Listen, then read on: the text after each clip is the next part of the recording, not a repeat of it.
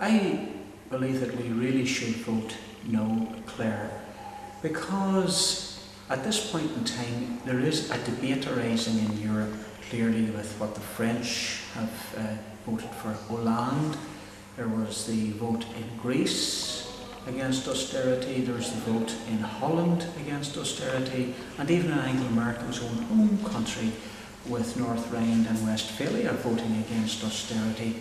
That if we were to simply vote yes, that it would exclude us almost from this great debate that's starting now, which is asking the real questions about how we restructure the economy, including the Irish economy, rather than just simply vote yes, which would allow us only to get a loan from the emergency fund, which we'd have to repay.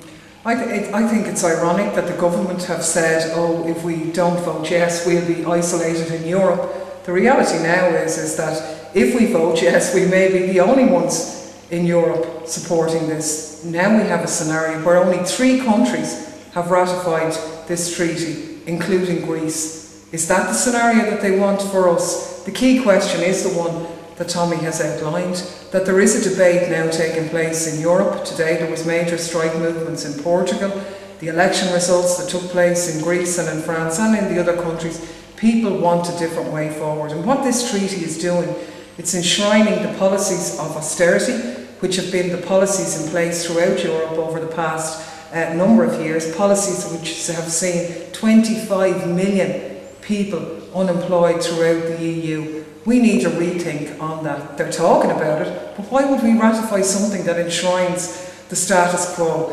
There's a huge amount of information out there about the level of cuts, the levels of tax increases that would be required if we were to ratify this treaty. If we vote no, we'll be joining the army of the unemployed people and ordinary people throughout Europe who are saying no, put jobs and investment to the forefront.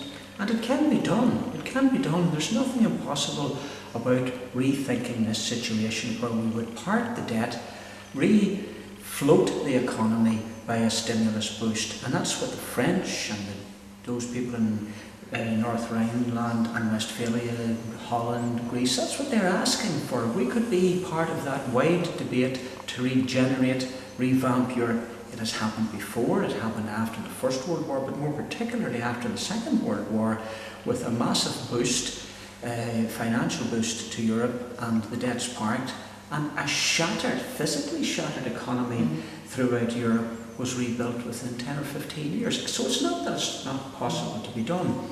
And I think that's what we have to look at. Do we simply ask for a loan which will inevitably have to be repaid at very, very stiff conditions, which would pour us further down the road towards poverty, not just austerity, it's poverty we're talking about here.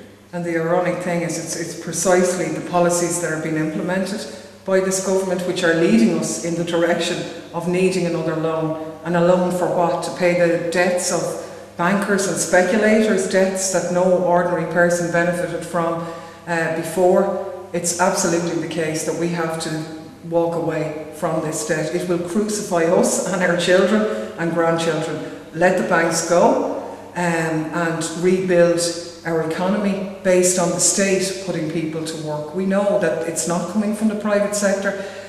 All this talk about jobs being delivered, it's an embarrassment. 100 jobs here, 35 jobs there over 4 years. There's almost 500,000 people unemployed in this country, only by the state leading a programme of public works and putting people to work is the situation going to be turned around. That's it. And the point is that this fear that's being created that we won't have access to the emergency fund, that is only going to last for a brief period of time. The other side of it is that a regeneration, revamping of the economy in Ireland doesn't have to come just from us in Ireland here.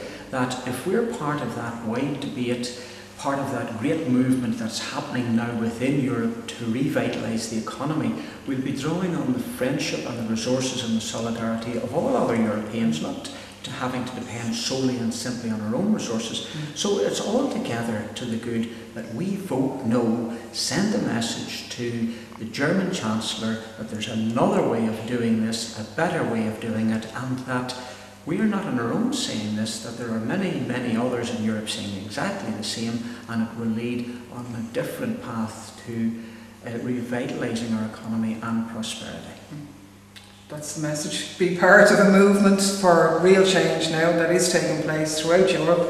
Ireland can be instrumental in that unique opportunity. We're the only ones who have a referendum, so let's stand by our colleagues in the rest of Europe for a different type of Europe. Don't vote yes unless you want to end up in the same situation that the Greeks are. Vote all Neil. Vote all Neil.